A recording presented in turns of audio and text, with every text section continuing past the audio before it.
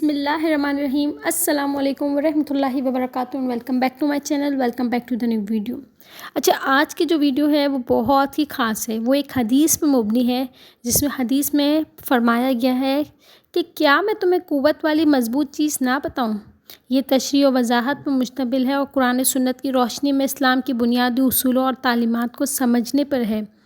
رسول اللہ صلی اللہ علیہ وآلہ وسلم نے کیا فرمایا وہ آج کی ویڈیو میں ہم جانیں گے۔ رسول اللہ صلی اللہ علیہ وآلہ وسلم کا فرمان ہے کہ کیا میں تمہیں قوت والی مضبوط چیز نہ بتاؤں۔ تو چلیے ویڈیو کا ابتدا کرتے ہیں، لیکن ساتھ میں آپ لوگ میرے چینل کو پلیز سبسکرائب کر دیں، لائک کر دیں، شیئر کر دیں اور پلیز بیل آئیکن کو لازمی پریس کرنا تاکہ نئی نئی اور اچھی خاص ویڈیوز آپ کو مل سکے جس سے ہمیں ہر چیز سیکھنے کو ملے۔ ویسے ہی مبارک نئے بڑے مہینے آ رہے ہیں، رجب کا، شعبان کا، اور میں اس میں بہت اچھی اور خاص وظیفے والی ویڈیوز دوں گی، تو آپ چینل کو سبسکرائب کریں گے تبھی تو آپ کو ملیں گی نا۔ تو چلے اسٹارٹ کرتے ہیں۔ بسم اللہ الرحمن الرحیم۔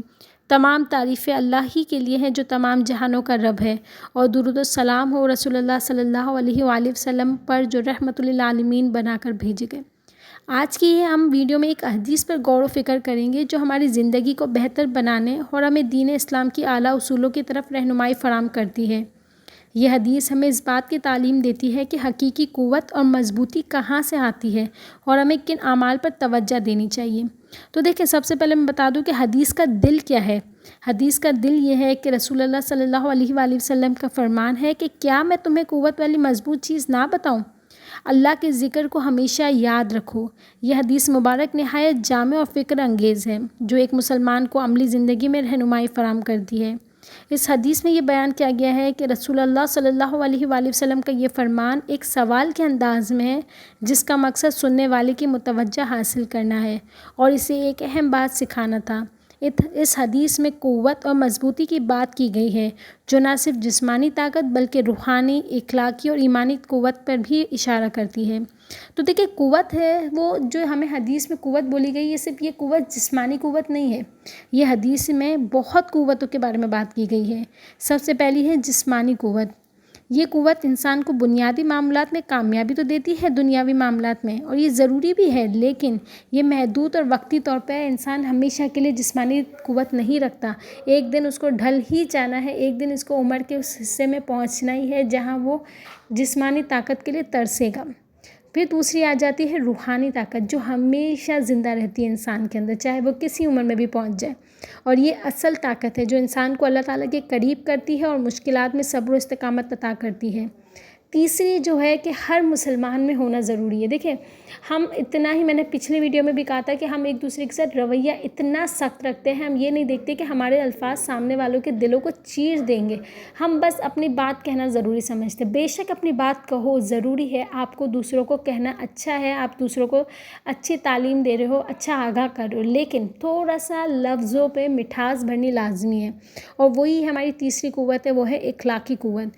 یہ وہ قوت ہے جو انسان کے کردار کو سنوارتی ہے اور یہی بگاڑنے پر بھی رہتی ہے۔ جب یہ انسان کے کردار کو سنوارتی ہے اور اسے معاشرے میں ایک مثالی فرد بناتی ہے۔ اچھا دیکھیں، ایک اور بات میں بتاتی جاؤں کہ دیکھیں اللہ کے ذکر کی کیا اہمیت ہے ہماری زندگی میں۔ تو اللہ کا ذکر ایک ایسا عمل ہے جو انسان کو ظاہری اور باطنی طور پر مضبوط بناتا ہے۔ یہ ذکر دل کو سکون دیتا ہے، خوف کو ختم کرتا ہے اور انسان کے گناہوں سے بچاتا ہے، جیسا کہ قرآن پاک میں ارشاد ہے، الا بذکر اللہ تطمئن القلوب۔ ترجمہ: خبردار، اللہ کے ذکر سے ہی دلوں کو سکون ملتا ہے۔ اور دیکھیں، ذکر میں آپ کو بتاتی ہوں کہ ذکر کیا ہے، ذکر کس طریقے سے ہے۔ ایسا نہیں ہے کہ ہم نماز پڑھتے ہیں تو یہی ہمارا ذکر ہے، نہیں، ذکر کی تو بہت اقسام ہے۔ ذکر سب سے پہلے ہے اللہ کی تسبیح کرنا، جیسے ہم سبحان اللہ کہتے ہیں، یہ بھی ہمارا ذکر میں شامل ہے۔ ضروری نہیں ہم بڑے بڑے قرآن پاک، بڑی بڑی صورتیں پڑھے، بڑے بڑے وظائف پڑھے تو ہی ہم اللہ کا ذکر کر رہے ہیں، نہیں، آپ سبحان اللہ کہو، یہ بھی ذکر ہے۔ دوسرا ذکر آپ کر لو جیسے کہ لا الہ الا اللہ، یہ بھی ذکر ہے، یہ تحلیل کہلاتا ہے۔ آپ اللہ اکبر کہو، یہ بھی اللہ کا ذکر ہے کہ اللہ سب سے بڑا ہے، یہ تکبیر بھی ہو گئی۔ اور الحمدللہ تو ہر حال میں کہو، یہ بھی تو اللہ کا ذکر ہے نا، یہ سب اللہ کے ذکر میں ہی شامل ہیں۔ اچھا جی، ہمیں جو چیز اپنے اندر کرنے کی ضرورت ہے نا، وہ میں آپ کو بتاتی ہوں کہ دیکھیں، ہمیں اپنے اللہ کے ذکر کو ہمارا معمول بنانا ہے، صبح و شام کے اذکار اور مستون دعاؤں کو اپنی زندگی کا حصہ بنانا ہے۔ قرآن کی تعلیمات میں قرآن پاک کی تلاوت روحانی سکون کا ذریعہ ہے اور یہ اللہ تعالیٰ کے ذکر کی اعلیٰ شکل ہے۔ جب بھی کوئی مشکل پیش آئے اللہ کا ذکر کرے اور اس سے مدد مانگے۔ ایسے حلقوں میں شامل ہو جہاں اللہ کا ذکر کیا جاتا ہو تاکہ آپ کا ایمان مضبوط ہو۔ ایسی جگہ سے دور رہیں جہاں اللہ کے ناپسندیدہ کاموں کو کیا جاتا ہو۔ اس حدیث کا اگر میں پیغام بتانا چاہوں تو وہ یہ ہے کہ یہ حدیث ہمیں یہ سکھاتی ہے کہ زندگی کی مشکلات اور آزمائشوں میں کامیاب ہونے کے لیے ہمیں اپنی روحانی طاقت پر توجہ دینی چاہیے۔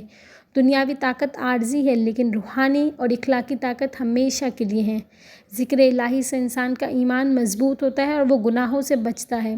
جب ایک فرد اللہ کے ذکر میں مشغول ہوتا ہے تو وہ ایک بہتر معاشرے کے قیام میں مددگار ہوتا ہے۔ آخر میں دعا کرتی ہوں کہ اللہ پاک ہمیں اپنے ذکر کی توفیق عطا فرمائے اور ہمیں حقیقی قوت اور مضبوطی نصیب کرے جو ہمیں دین اور دنیا دونوں میں کامیاب کرے۔ آمین یا رحمت للعالمین۔